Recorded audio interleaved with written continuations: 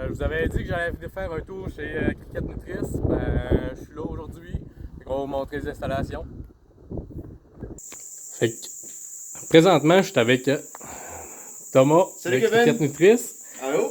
C'est lui qui va parler parce qu'il connaît beaucoup plus ses produits que moi. Fait que on va commencer ici. Un travail d'équipe. Alors ici, comme tu peux voir, ça commence avec les criquets adultes qui vont dans la terre mettre leurs œufs. Donc on leur met ici s'échauffer à peu près entre 30 et 35. Ils vont avec en fait tu les vois, ils vont pondre dans la terre leurs œufs. Puis il y a plein de petits œufs quand tu grattes comme ça. Tout ça c'est des œufs de criquets. D'ailleurs si tu le vois sur le côté, hop, tu vas voir tout un tas de petits œufs sur le côté. Ils vont pondre jusqu'à à peu près 1 centimètre de profondeur. Et ils vont pondre leurs œufs. Et par la suite, on va entasser, une fois que les bacs pleins d'œufs sont récoltés, on va les entasser pour pouvoir les stocker et les garder, justement. Là, on peut voir, il y a plein d'œufs comme ça. Et on va pouvoir les stocker, les accélérer ou les ralentir en fonction de la chaleur dans laquelle on met, pour pouvoir les faire éclore quand on en a besoin. Par la suite, on va prendre les bacs d'œufs et on va les mettre dans les couveuses pour que ceci éclore. On va mettre une petite crête d'œuf dessus. Et là, on va pouvoir voir, il y a plein de petits criquets. Tout ça, c'est des petits criquets qu'on va pouvoir récolter. Donc, évidemment, dans la couveuse, on va mettre de la bouffe au fond et puis de l'eau avec un abreuvoir. Et puis après, on va s'en servir pour pouvoir les mettre dans des vivariums uniques. Par la suite, on va prendre les bébés, environ 100 ml à 200 ml, et on va les populer dans un vivarium. Chaque vivarium va avoir d'un côté un abreuvoir, de l'autre côté de la bouffe. Donc on va pouvoir mettre les bébés. Et pour décupler la surface d'élevage, on va avoir, ce qu'on voit derrière, des condos à criquets. C'est un petit peu comme des séparateurs de bouteilles de vin dans les caisses de vin, mais avec des trous. Et tout ça pour décupler la surface d'élevage où les criquets vont pouvoir grimper et puis ils vont vivre là-dedans. Ils viendront ici manger et ils retourneront là-dedans pour vivre et grandir. Et une fois qu'ils ont grandi, une fois qu'ils sont rendus presque adultes, on les fait se reproduire et on va les récolter. C'est-à-dire qu'on va prendre les condos à criquets, on va les tirer et puis on va les secouer. Mais surtout, une fois qu'on a récolté tout ça, on va pouvoir récolter le fertilisant, qui est en fait le caca de criquet, mais surtout là où il y a des mues, parce que le criquet va muer entre 12 et 14 fois, et ils vont pouvoir avoir la possibilité de marcher dedans, dans leur fumier. Bon, un coup que le fumier était récolté, c'est l'étape de ramasser, de le tamiser pour faire l'engrais qui va être utilisé par la suite. Mais je vais vous laisser, Thomas, vous expliquer comment ça fonctionne. Absolument. Parce qu'en fait, quand on récolte les criquets, dans les vivariums qu'on a vus juste à l'étape précédente, on va récolter par la suite pour le nettoyer, pour mettre les nouveaux bébés, il faut que ce soit propre. Donc on va aspirer, grâce à la magnifique balayeuse qu'on a là, très puissante et très confortable. On va aspirer tout le fras qui reste avant de nettoyer le vivarium et on va le mettre dans des grosses barils. Et une fois qu'on a le baril, on va utiliser cette magnifique tamiseuse avec plusieurs étapes pour pouvoir faire différents types. Donc on va récupérer un peu de bouffe, on va récupérer des déchets qu'on va pouvoir réutiliser par la suite et surtout on va pouvoir avoir le merveilleux fertilisant que je vais vous montrer comment on le fait tout de suite.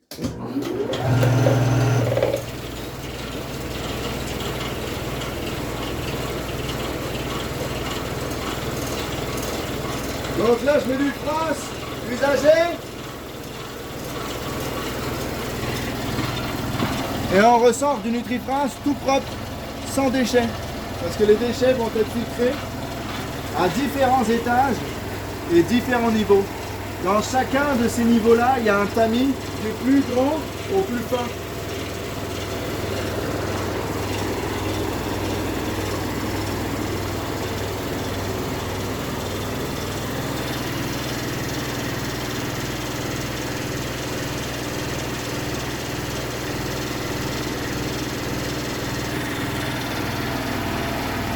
Et le dernier niveau, le niveau le plus fin, qui est en fait le niveau du Nutrifrance, il n'y a plus aucun déchet, plus rien du tout. C'est juste le fertilisant pur. Et pour finir, une fois qu'on a récolté le Nutrifrance, on va le mettre dans des gros barils pour pouvoir après l'ensacheter. Donc pour pouvoir avoir des petites quantités, pour que tout le monde en ait pour leur potager, etc., on va le mettre dans des petits sachets de 500 grammes qu'on a fait exprès avec tout ce qu'il y a dedans, les analyses, les compositions, et puis c'est bien fait. On va le peser, 500 grammes. Après, on va faire des grosses boîtes de 30 sachets et on va les envoyer directement au centre jardin ou au distributeur. OK. Puis moi, j'ai une question. Ouais. Un coup que t'as ramassé le fumier, les criquets, tu les gardes combien de temps? Tu fais quoi avec? Tu les envoies où? Alors, pour les criquets, quand on les récolte vivants. L'idée, c'est de pouvoir les vendre à des animaleries pour les reptiles, les geckos, les caméléons, des fois les grenouilles, etc. Et on va les vendre vivants de façon soit en boîte de 1000, soit on va les mettre dans des grosses boîtes en vrac comme ça, où on va pouvoir en mettre 10 à 15 000 dedans. Et on les envoie directement où on va les livrer, soit à des grossistes, soit à des animaleries.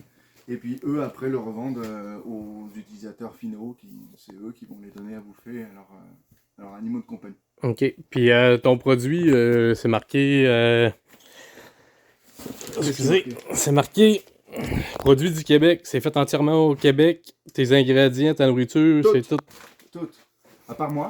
Oui, en fait, on est une entreprise 100% québécoise où on est ici à Saint-Édemond. La bouffe vient du Québec, l'eau vient d'ici, et en fait, il n'y a rien d'autre parce que même l'énergie, même l'électricité, elle vient de Bécomo. Donc, quelque part, c'est pour ça qu'on a obtenu assez facile. Quand même, on a donné beaucoup d'informations, mais on a obtenu très facilement le certificat, la certification produit du Québec, dont on est très très fier. Parce que on est une petite compagnie d'ici et puis on aime le mettre en avant parce que c'est l'économie locale et circulaire. Donc c'est quand même appréciable. OK. Je l'ai pas dit tantôt, mais c'est à Drummondville. C'est là que je suis présentement. Absolument. Après ça, ton produit, c'est-tu naturel? C'est-tu... Est-ce que c'est naturel? Est-ce que c'est biologique? C'est la question que tu veux pas poser. Alors, oui et non. Naturel, comme on le sait, ça veut tout dire et ça veut rien dire. Mais en fait, grosso modo, étant donné qu'il n'y a pas de transformation, parce que le tamisage, c'est pas une transformation.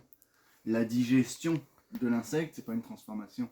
Donc, il suffit juste de prendre ce qu'on a, c'est-à-dire une moulée, même si c'est spécial pour les criquets, une moulée qui est spécifique bio, et puis on peut être considéré comme bio. Alors, on n'a pas la certification bio, évidemment, donc c'est pour ça que on l'a pas crié sur tous les toits, on l'a pas mis sur le sachet, mais ça va venir rapidement, et puis c'est considéré comme, Fait que c'est naturel. donc c'est naturel.